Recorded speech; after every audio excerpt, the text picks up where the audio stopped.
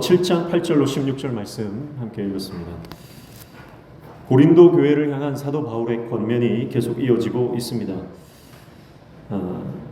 거짓 사도들이 고린도 교회 안에 들어와서 율법주의로 이 은혜의 복음이 아니라 과거의 율법주의에 여전히 묶여서 살아가는 그런 삶을 살도록 종용하고 있는 때에 사도 바울은 은혜의 복음, 새 언약의 일꾼으로서 붙들어야 될 진리의 말씀들을 계속해서 말씀하고 있습니다.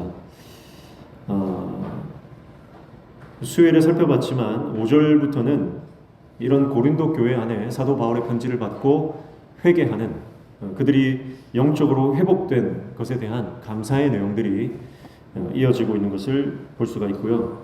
그것이 계속해서 이어집니다. 오늘 8절에 보면 이렇게 말씀하죠. 그러므로 내가 편지로 너희를 근심하게 한 것을 후회하였으나 지금은 후회하지 아니함은 그 편지가 너희로 잠시만 근심하게 한 줄을 알미라. 이렇게 말씀합니다. 고린도후서 2장 4절 한번 보시면요, 이렇게 말씀해요. 내가 마음에 큰 눌림과 걱정이 있어 많은 눈물로 너희에게 썼노니 이는 너희로 근심하게 하려 한 것이 아니요 오직 내가 너희를 향하여 넘치는 사랑이 있음을 너희로 알게 하려 함이라. 그렇게 말씀하죠. 이미 써서 보낸 편지가 있다는 거예요. 디도편으로 보냈던 눈물의 편지, 많은 눈물로 큰 눌림과 걱정으로 썼던 앞서 보낸 편지가 있다는 거예요. 자, 이것이 고린도 전서라고 볼 수도 있고요. 그 고린도 전서와 후서 사이에 또 보낸 편지가 이제 사실상 있거든요. 이제 그것으로 보는 게 맞지만 고린도 전서를 다 포함한다고 해도 틀리지는 않습니다. 이미 보낸 편지, 이미 보낸 그 편지에 사도 바울이 굉장히 많은 눈물로 그 편지를 썼어요. 왜냐하면 고린도 교회 성도들이 거짓 선지자들에 의해서 마음이 미혹을 당했거든요. 다른 복음, 은혜의 복음이 아니라 율법주의로 회개하려고 하는 그런 강력한 도전이 있었거든요. 그래서 그 도전 때문에 고린도 교회 성도들이 흔들렸고, 사도 바울이 그 교회에 그 개척한 목회자로서의 권위가 이렇게 실추되고, 바울이 전하는 복음이 땅에 떨어지고 거짓 선지자들이 가지고 왔던 율법주의가 올라가는 그런 상황 가운데서 바울이 많이 걱정이 됐던 거예요. 그래서 편지를 보냈는데 그 편지의 내용이 좀 심각했다는 거예요. 좀 많이 책망하고 좀 많이 꾸짖는 내용들을 담았던 것 같습니다. 그래서 좀 내가 좀 너무 과하게 좀 표현하지 않았나, 내가 너무 좀 많이 책망하지 않았나 하는 걱정들이 있었던 것 같아요. 그게 이제 8절이잖아요. 그래서 내가 이 편지를 썼는데 너희가 이 편지 때문에 오히려 근심하지 않을까 걱정이 됐다는 거예요. 그래서 후회가 잠시는 됐다, 이렇게 말합니다. 그런데 그 근심이 잠깐만 근심했다. 그래요. 편지를 받는 순간에는 기분이 나빴을 수 있어요. 고린도 교회 성도들이 그렇잖아요. 너희가 지금 잘못됐다, 죄를 책망하고 잘못된 길을 가는 것에 대해서 호되게 지금 훈계를 하잖아요.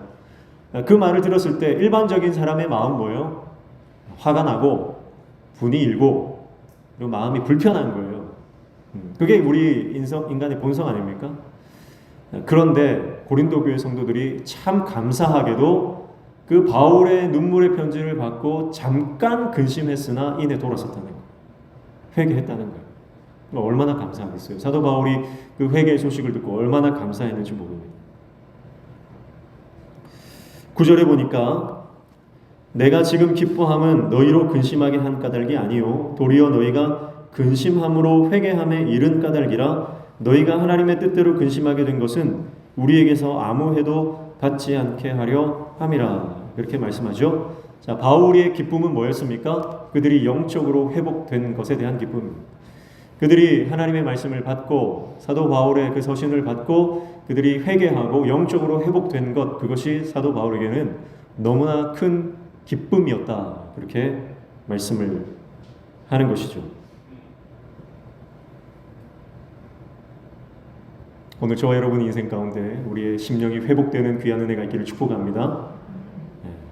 목회자에게 가장 큰 기쁨은요, 지난 수요일에도 말씀드렸지만 여러분이 사업이 잘 되고 문제가 풀리고 자녀들이 잘 되고 건강하고 하는 일들이 형통케 되어지면 참 기쁩니다. 그러나 그것들보다 가장 큰 기쁨은 여러분의 영혼이 잘 되는 거예요.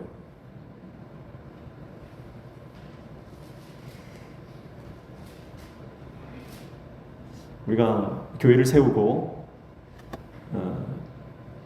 우리가 하나님의 교회를 섬기며 나아갈 때요, 영적으로 잘 대처하셔야 됩니다.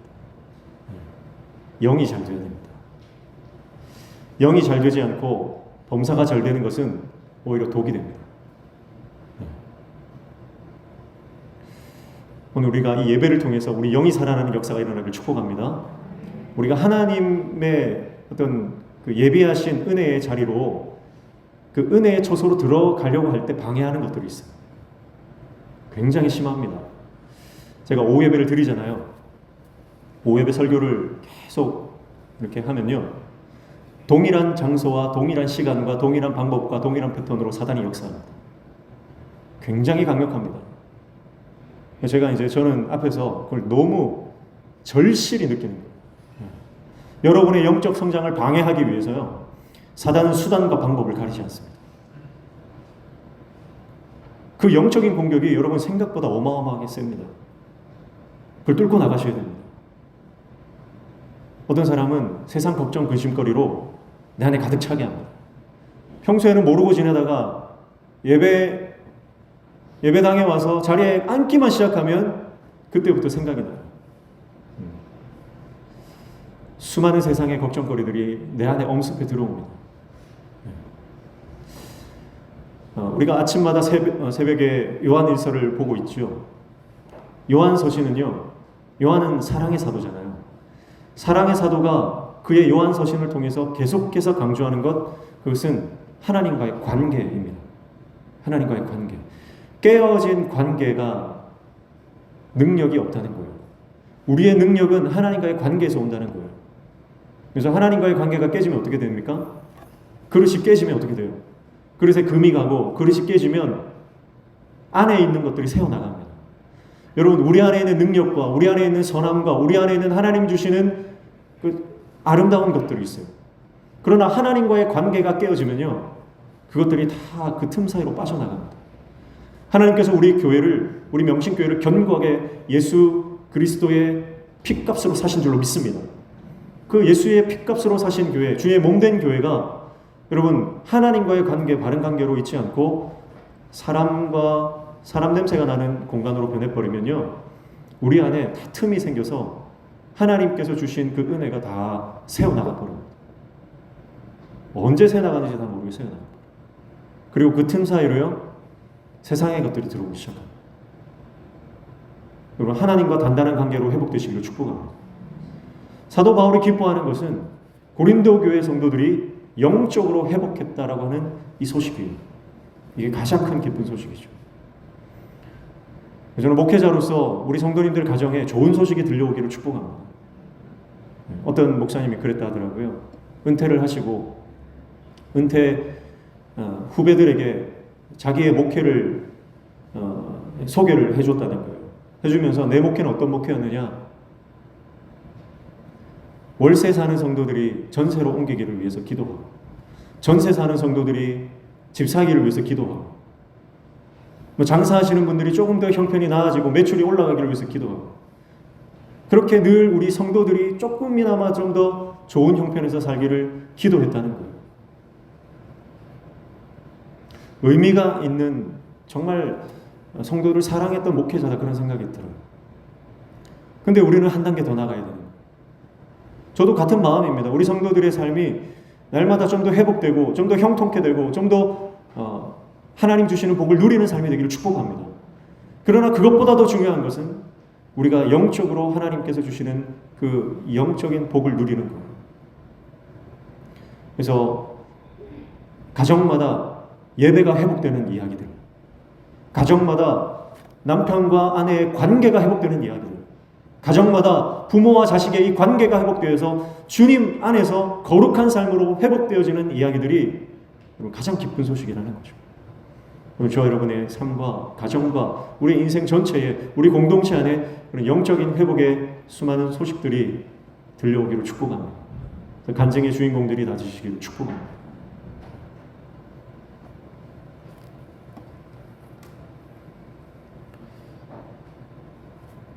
10절 말씀에 보면 하나님의 뜻대로 하는 근심은 후회할 것이 없는 구원에 이르게 하는 회개를 이루는 것이요 세상 근심은 사망을 이루는 것이니라 그렇게 말씀합니다.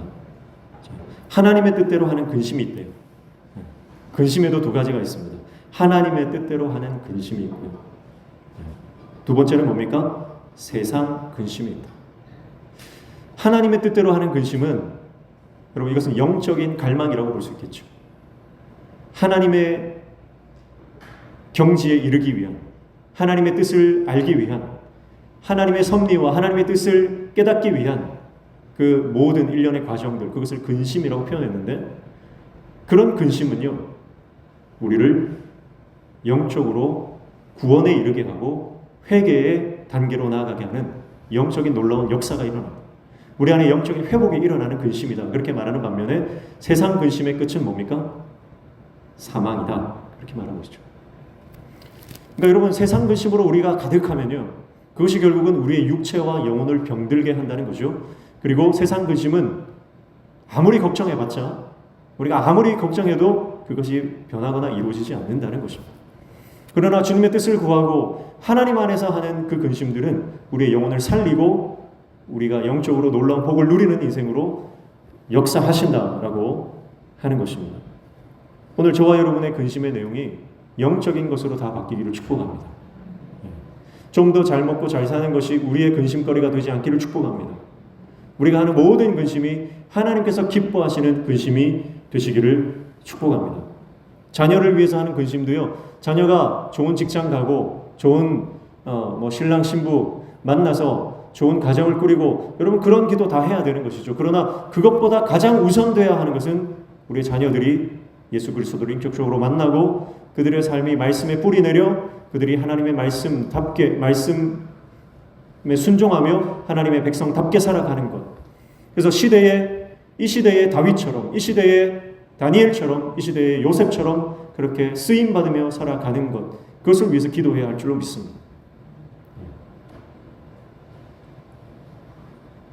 사실 우리가 주님께 우리 자녀를 맡기면 우리 자녀 하나님 책임져 주실 줄로 믿습니다. 하나님 책임져 주십니다. 내가 책임지는 것보다 하나님이 붙드시면 확실합니다. 내가 아무리 우리 자녀들을 뒷바라지한다 하더라도요, 내가 끝까지 책임질 수 없는 게 우리 한계입니다. 그러나 하나님께 맡기면 하나님은 부모의 기도를 땅에 떨어뜨리지 않는 줄로 믿습니다. 11절에 보라 하나님의 뜻대로 하게 된 이 근심이 너희로 얼마나 간절하게 하며 얼마나 변증하게 하며 얼마나 분하게 하며 얼마나 두렵게 하며 얼마나 사모하게 하며 얼마나 열심 있게 하며 얼마나 벌하게 하였는가. 너희가 그 일에 대하여 일체 너희 자신의 깨끗함을 나타내었느니라 그렇게 말씀합니다. 자, 여기에는 7가지의 동사가 등장하죠. 근데 그 중에서 맨 처음 나오는 간절하게 한다라고 하는 이것은요, 전체를 포괄하는 거예요. 전체를 포괄하는 내용입니다. 그러니까 나머지 6개가 하나님의 뜻대로 하는 근심이 주는 영적 회복의 구체적인 예라고 볼 수 있습니다. 그러니까 하나님의 뜻대로 근심하면 어떤 일들이 내 안에서 발생하느냐, 구원에 이르고 회복에 이른다 했는데 그 회개의 내용이 뭐냐, 그 영적인 회복의 모습이 어떤 모습이냐 구체적으로 말하는 거예요. 간절해진다는 거예요.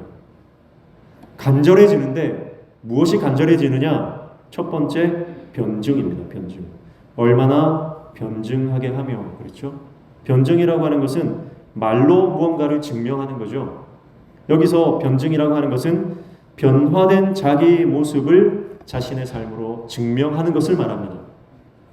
그러니까 변화를 추구하고 변화를 맛보며 변화를 통해서 하나님을 증거하는 삶을 살아가게 되는 그 영적 간절함이 생긴다는 거죠. 두 번째는 분함입니다. 얼마나 분하게 하며 그랬어요? 분하게 한다는 건 뭘까요? 분하게 한다는 것은 바로 고린도 교회 안에 들어왔던 거짓 선지자들에 대한 이단적인 사상을 가르치는 그 악한 영의 세력에 대한 분노, 분함입니다.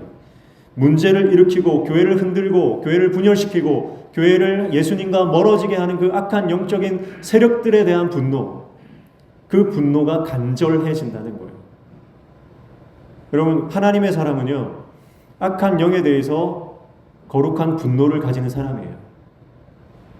악과 불의와 맞서는 사람입니다. 여러분, 이 땅에 수많은 불의를 보고서도 여러분 가만히 있다면 그것은 하나님의 사람이 아닙니다.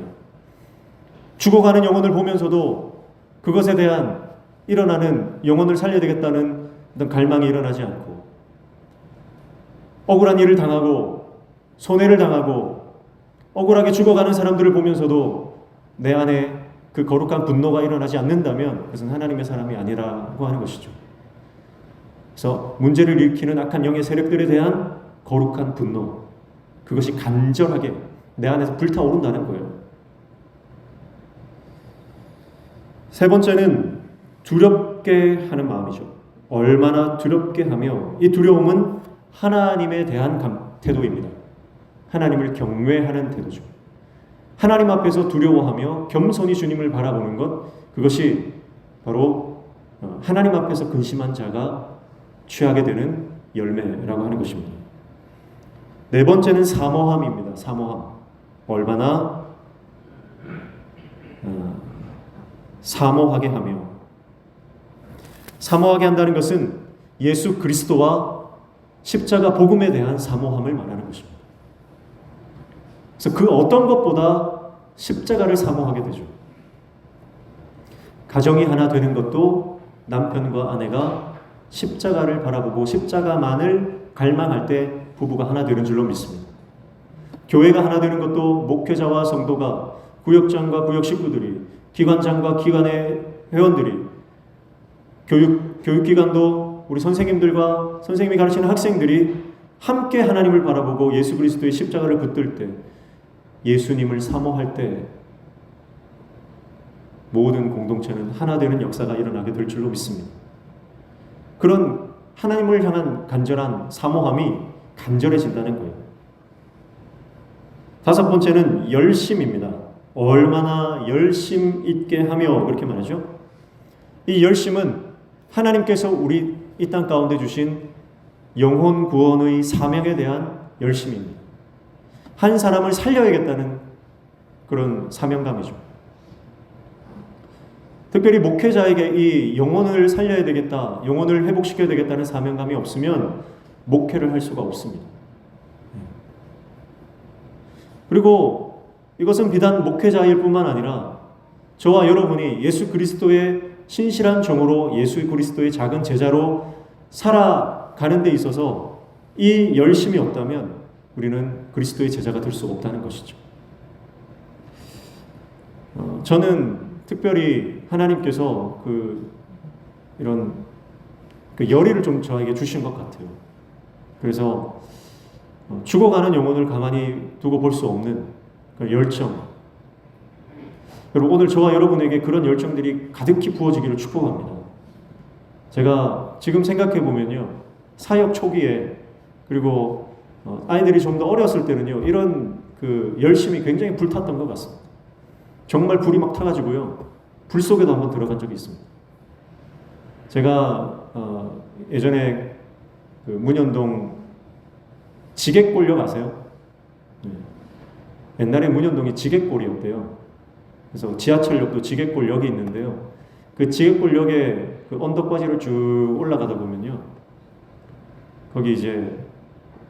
거기도 예전에는 다 피난촌이고 환자촌이고 다 그랬던 곳이죠. 거기 중턱에 저희 사택이 있었어요. 굉장히 작은 주택이었습니다. 주택인데 그 주택에서 살 때 저희 집 바로 밑에 제가 출근을 하는데요, 그 집에 불이 나는 거예요.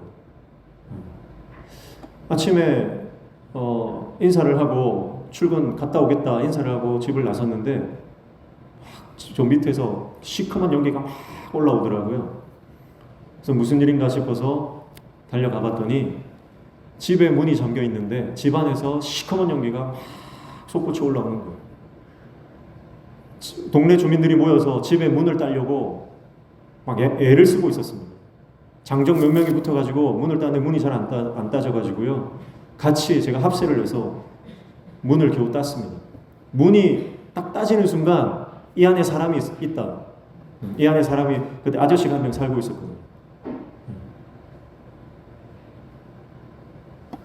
문을 따시던 아저씨 두 분이 뛰쳐 들어갔어요. 뛰쳐 들어가자마자 3초 있다가 나오시더라고요. 이렇게 하시면서 나왔어요. 하면서 나오시더라고요. 연기가요, 시커먼 연기가 완전히 그 집안을 가득 메웠거든요. 근데 사람 있다는 소리에 이 문을 따자마자 이 아저씨 둘이 그 안에 뛰쳐 들어갔는데 연기를 마시자마자 그대로 뛰쳐나왔어요. 구할 수 없다는 거예요. 구할 수 없다. 제가 어떻게 했겠습니까? 제가 우리 청년들이 증인인데요. 제가 잠수 최고 기록이 5분이거든요. 얼마 전에 같이 목욕탕 가가지고요. 3분 30초 잠수하는 걸 보여줬어요. 그랬더니 우리 다인이가 저한테 그러더라고요. 도대체 어떤 인생을 살다 오셨습니까? 그러더라고요. 제가 좀 심폐 능력이 좋아가지고 한 5분 정도 숨을 참을 수 있는 능력이 있거든요. 지금은 뭐 한 3분, 4분 정도는 이렇게 하지만 한참 때는 5분까지 숨을 참을 수 있었어요. 그래서 제가 여기 안에 들어가서 숨을 쉬면 나도 죽는다.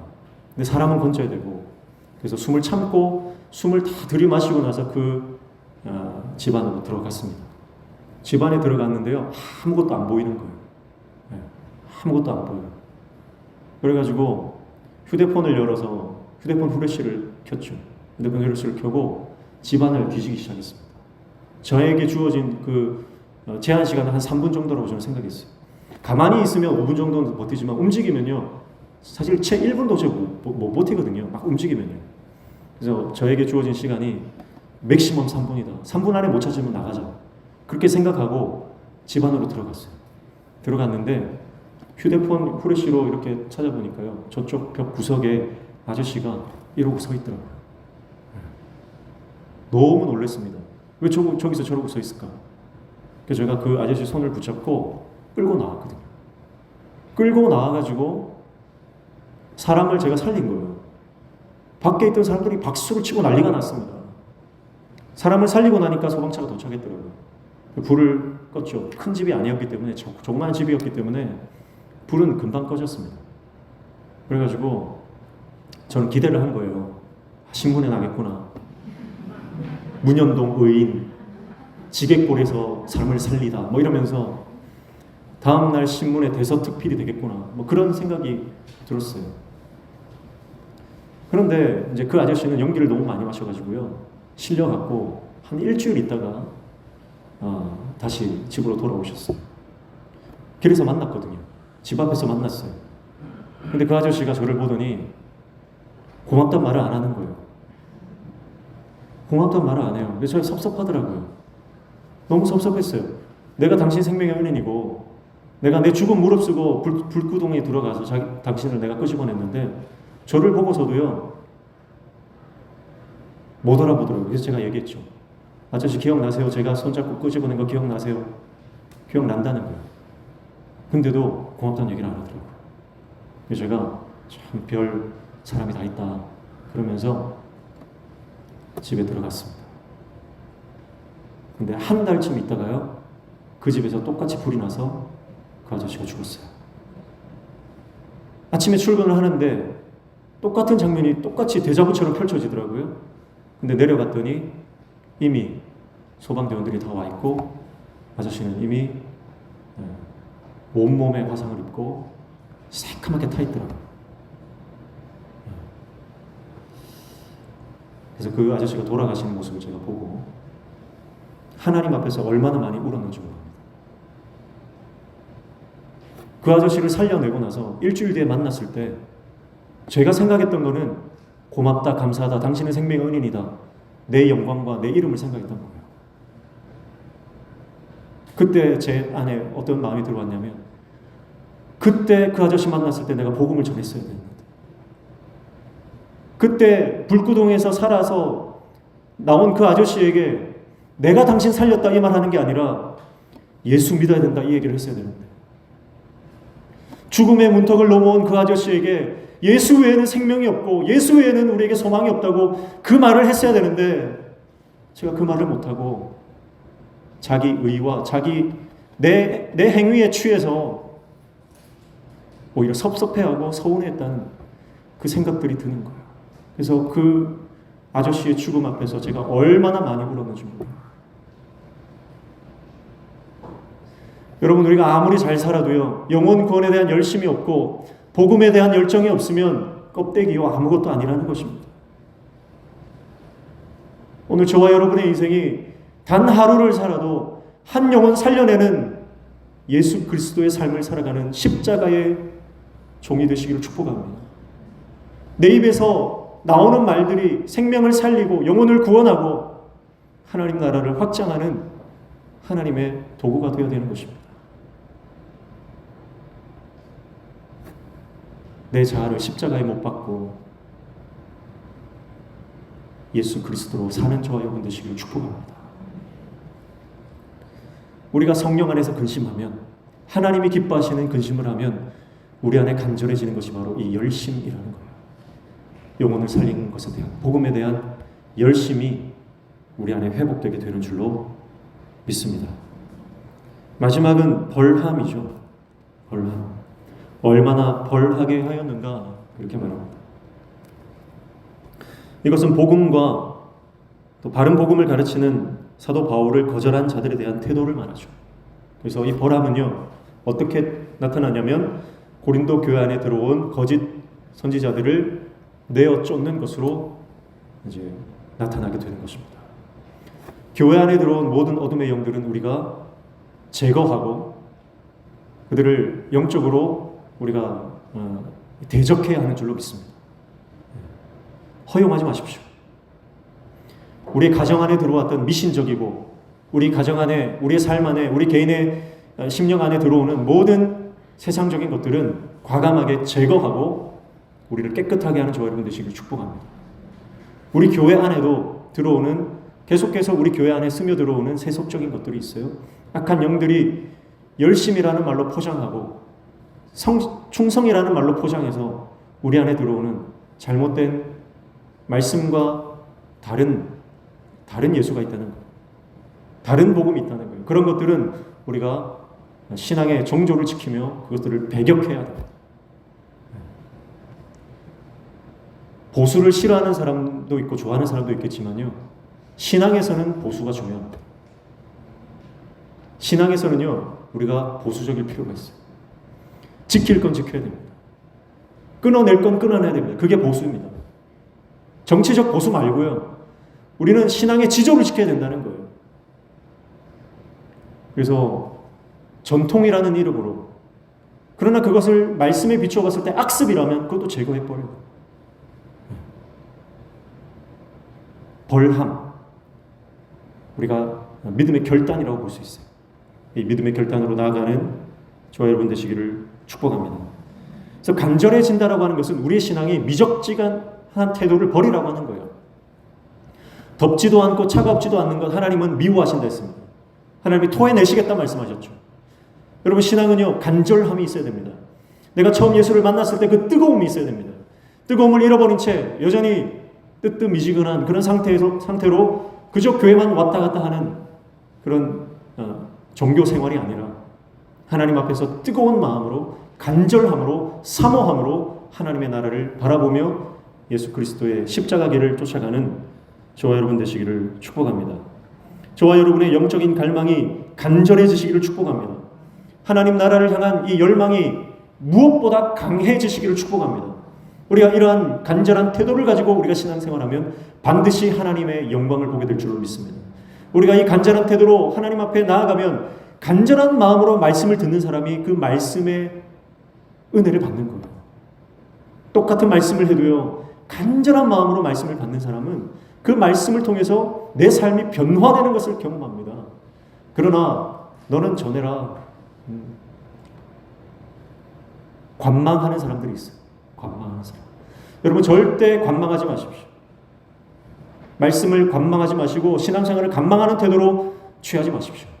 그러면 절대 영적 성장이 일어나지 않습니다. 영적인 성숙은 내 안에 영적인 것을 향한 간절함이, 하나님의 나라를 사모하는 이 사모함이 간절해질 때에 우리 안에 영적 성장이 일어나게 되는 것이죠. 12절 보니까 그런즉 내가 너희에게 쓴 것은 그 불의를 행한 자를 위한 것도 아니요 그 불의를 당한 자를 위한 것도 아니요 오직 우리를 위한 너희의 간절함이 하나님 앞에서 너희에게 나타나게 하려 함이라. 그렇게 말씀합니다. 자, 여러분 우리의 방향성에 대해서 말하는 거예요. 방향성. 무슨 말이냐면 우리의 간절함이, 우리의 열심이 불의한 자에게로 향하면 안 된다는 거예요. 하나님께로 향해야 된다는 거죠. 자, 이게 무슨 말이냐면요. 우리가 가지고 있는 간절함과 열심들이 사람에게 향해 가면요. 다툼이 되고 분열이 되고 그것이 분쟁이 일어날 수 있다는 겁니다. 우리의 이 열심은 하나님께 향해야 됩니다. 그러니까 하나님의 뜻을 향해 가야지 이 열심이 사람의 열심이 되지 않도록, 사람의 열심으로 변질되지 않도록 경계하라. 그런 말씀이죠. 13절 말씀에 이로 말미암아 우리가 위로를 받았고 우리가 받은 위로 위에 디도의 기쁨으로 우리가 더욱 많이 기뻐함은 그의 마음이 너희 무리로 말미암아 안심함을 얻었음이라. 그렇게 말합니다. 사도 바울의 태도는 뭐였습니까? 사도 바울을 공격하는 거짓 선지자들이요, 사도 바울을 끊임없이 모함하고 끊임없이 공격합니다. 그러나 사도 바울은 그 거짓 선지자들을 향해서 공격하지 않았다는 거예요. 자신의 열심이 어디를 향해 되는지 알았다는 거예요. 그래서 사도 바울의 열심은 어디를 향했습니까? 고린도 교회 성도들을 세우는 일, 그들을 영적으로 회복하는 그 일, 하나님께서 기뻐하시는 이쪽으로 올바른 방향으로 갔기 때문에 쓸데없는 싸움에 에너지를 낭비하지 않고 그는 고린도 교회 성도들을 회개시키며 구원에 이르게 하는 놀라운 영적인 은혜를, 그 회복의 역사를 경험하게 됐다는 거죠. 그것을 가져왔던 사람이 디도입니다. 그래서 디도가 사도 바울의 편지를 가지고 고린도 교회를 향해 갔고요. 고린도 교회 성도들은요, 다행히 이 디도를 굉장히 환대해 줬어요. 그리고 디도는 그 고린도 교회 성도들의 회복을 받고요. 그리고 그 소식을 사도 바울에게 전해줍니다. 그 과정에서 제일 처음 은혜를 받은 사람이 누구라는 거예요? 디도 자신이라는 거죠. 사도 바울의 편지를 가지고 고린도 교회를 방문했던 디도는 고린도 교회 회복을 통해서 그가 먼저 위로를 받았다. 그가 먼저 크게 기뻐했다. 그런 말을 하는 거죠. 여러분, 하나님의 말씀이 전해질 때 제일 먼저 기쁜 사람은 저입니다. 하나님의 말씀을 대언하는 사람, 복음을 전하는 사람, 가장 기쁜 사람은요, 복음 전함을 받는 사람, 전도를 당하는 사람이 아니라 복음을 전하는 당사자예요. 여러분, 이것을 기억하시기를 축복합니다. 여러분, 하나님께서 우리에게 복음 증거의 사명을 주셨고, 누군가에는 말씀을 증거하고, 누군가는 찬양을 하고, 누군가에게는 또 하나님의 말씀으로 어린아이들을 가리키고, 또 세상에 나가서 하나님의 살아계심을 선포하는 복음 전도자의 삶을 살아가게 하셨습니다. 그런데 가장 큰 복은요, 바로 그 복음의 내용을 듣는 사람이 아니라 그 복음을 전하는 사람이 가장 큰 수혜자라고 하는 거예요. 여러분, 그래서 하나님이 주시는 이 놀라운 기쁨을 저와 여러분이 누리는 인생 되시기를 축복합니다. 그래서 전하는 자에게는 반드시 위로가 있습니다. 하나님의 말씀을 전하는 자는 반드시 하나님 주시는 놀라운 위로와 축복이 있는 거예요. 여러분, 이건 특권입니다. 복음을 전하는 자만이, 말씀을 증거하는 자만이 예수 그리스도의 삶의 증거로서 살아가는 그 사람만이 누리는 영적 특권이에요. 여러분, 이 영적 특권을 날마다 누리시는 저와 여러분 되시기를 축복합니다. 그래서 고린도 교인들 때문에 마음의 쉼을 얻게 됩니다. 디도. 14절에 내가 그에게 너희를 위하여 자랑한 것이 있더라도 부끄럽지 아니하니 우리가 너희에게 이른 말이 다 참된 것 같이 디도 앞에서 우리가 자랑한 것도 참되게 되었도다. 그렇게 말해요. 무슨 말이냐면 디도에게 사도 바울이 고린도 교회를 보내기 전에 고린도 교회 성도들을 엄청 칭찬했다는 거예요. 고린도 교회가 칭찬받을 만한 교회가 아니잖아요. 교만에 빠졌고 수많은 분열이 있고, 고린도 교회는 오늘날 한국 교회처럼 문제투성이 교회였습니다. 한국 교회의 어떤 모형과 같은 교회예요. 고린도 교회는. 그래서 고린도 전후서가 중요한 거예요. 왜냐하면 고린도 전후서를 가만히 보면 우리 한국 교회가 해결될 수 있는 회복될 수 있는 길이 이 안에 있기 때문에 그렇죠. 그만큼 고린도 교회는 문제가 많은 교회, 문제투성의 교회였습니다.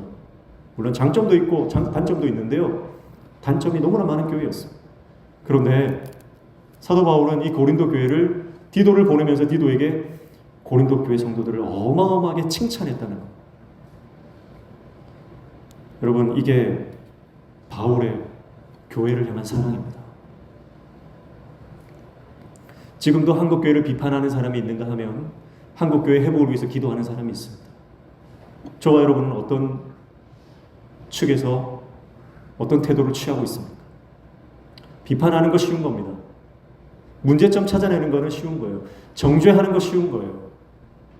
그러나 그런 교회를 여전히 신뢰하고 하나님께서 포기하지 않으실 때까지는 자기도 포기하지 않는다는 마음으로 교회를 사랑하는 것. 그래서 그 교회를 자랑하고 칭찬할 수밖에 없는 것. 그럼 이거는 쉬운 일이 아니잖아요. 오늘 저와 여러분이 어디를 가든지 우리 명신교회를 자랑하는 성도들 되시기를 축복합니다. 그래서 여러분, 교회는요, 저와 여러분이 만들어가는 거죠. 우리가 나가서 우리 교회를 칭찬하는 만큼 우리 교회는 하나님께서 그 말의 권세대로 이끌어 가시는 줄로 믿습니다. 그런데 우리가 가는 곳마다 우리 교회는 안 되는 교회야, 우리 교회는 모자란 교회야, 우리 교회 담임 목사는 뭐 좀 팔푼이야, 뭐 그러면요, 진짜 그렇게 되는 거예요. 그러나 목회자가 좀 부족해도 우리 목사님이 대한민국 최고의 목회자야. 아멘. 아무도 안 하시네요. 당연할 거라고 생각합니다. 그러나 저는 자신 있게 말합니다. 우리 명신교회 성도가 대한민국 최고의 성도인 줄로 믿습니다. 이것도 아멘 하시네요. 아멘이죠? 사랑하는 성도 여러분, 교회는 우리가 세워가는 거예요. 저와 여러분이 우리 교회의 텐트 메이커입니다. 오늘 저와 여러분이 우리 교회를 아름다운 하나님께서 기뻐하시는 교회로 조금씩 세워나가는, 벽돌 한 장 한 장 쌓는다는 그런 마음으로 날마다 기도를 쌓고, 날마다 헌신을 쌓고, 날마다 주님 안에서 이 교회를 세워나가는 하나님의 종 되시기를 축복합니다. 사도 바울이 얼마나 많은 교회를 세웠습니까? 사도 바울이 얼마나 많은 교회를 알고 있습니까? 사도 바울이 얼마나, 여러분, 그가 수많은 다양한 유형의 교회들을 알고 있어요. 그런데 고린도 교회는 별로야. 회복될 가능성이 없어. 고린도 교회 성도들도 별로야. 그렇게 말할 수 있지만 사도 바울은 고린도 교회를 극찬했어요. 그리고 그가 칭찬한 대로 고린도 교회는 회복되었습니다. 여러분, 이게 우리가 취해야 될 믿음의 태도인 줄로 믿습니다. 그래서 15절 보니까 그가 너희 모든 사람들이 두려움과 떨므로 자기를 영접하여 순종한 것을 생각하고 너희를 향하여 그의 심정이 더욱 깊었으니 16절 내가 범사에 너희를 신뢰하게 된 것을 기뻐하노라. 아멘. 그렇게 말씀하죠. 고린도 교회를 자랑하고 신뢰했던 바울의 생각이 틀리지 않았다. 그래서 감사하다는 거예요. 그것 때문에 고린도 교회의 성도들을 향한 신뢰는 더 커졌다는 겁니다. 여러분, 긍정은 더 큰 긍정을 낳습니다. 그러나 부정은 더 악한 생각들을 낳습니다. 믿음은 하나님의 더 큰 은혜를 받게 하는, 그래서 우리의 믿음이 확장되는 단초가 됩니다. 그러나 의심과 불신은 우리를 더 큰 불신으로 나락으로 떨어지게 하는 그런 실마리가 될 수밖에 없는 것이죠. 그리고 오늘 저와 여러분이 어떤 상황에 있든 어떤 형편에 있든 끝까지 하나님을 신뢰함으로 하나님께서 포기하지 않는 것을 우리도 포기하지 않고 하나님께서 우리에게 맡겨주신 것을 우리가 끝까지 신실하게 신뢰함으로 감당할 수 있는 하나님의 종 되시기를 축복합니다. 바울의 칭찬은 입증되었습니다. 칭찬한 대로 이루어졌습니다. 그리고 믿어주는 사역자와 믿음에 화답하는 성도들의 아름다운 모습이 성경에 기록되었습니다. 그래서 서로 믿어준다는 것, 이것만큼 아름다운 게 있을까요? 어떤 상황에 있어도 저분은 나를 믿어줄 거야. 어떤 처지에 있어도 나는 저분을 끝까지 믿는다. 그런 신뢰의 관계가 됐다면 얼마나 그게 아름다운 관계입니까? 세상 사람들이 다 욕해도요, 사정이 있을 거야. 뭔가 형편이 있을 거야. 말 못할 그런 어떤 처지가 분명히 있을 거라고 생각하며 그를 믿어주는 것. 여러분, 그게 부모가 자식을 향한 사랑이죠. 분명히 뭔가 말 못할 사연이 있을 거야. 오늘 저와 여러분이 그런 사도 바울과 고린도 교회 성도들의 아름다운 관계가 되기를 축복합니다.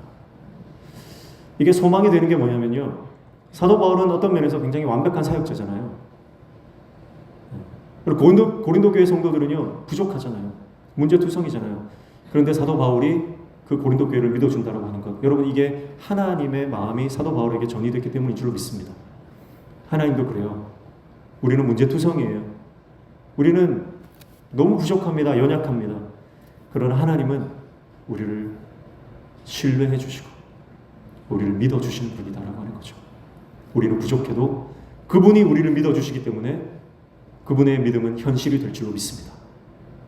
우리는 나약해도 하나님이 우리를 끝까지 포기하지 않기 때문에 그분의 사랑이 우리를 결국은 완성시키고 회복시키실 줄로 믿습니다. 그리고 그 아버지의 믿음과 신뢰가 저와 여러분에게 동일하게 그 아버지의 마음이 들어와서 그렇게 자녀를 믿어주고, 그렇게 성도를 믿어주고, 연약한 자들을 품어주고, 교회를 사랑할 수 있는 신실한 하나님의 종들, 아버지의 마음을 가진 하나님의 종들 되시기를 주님의 이름으로 축복합니다. 찬양하겠습니다. 찬송가 90장.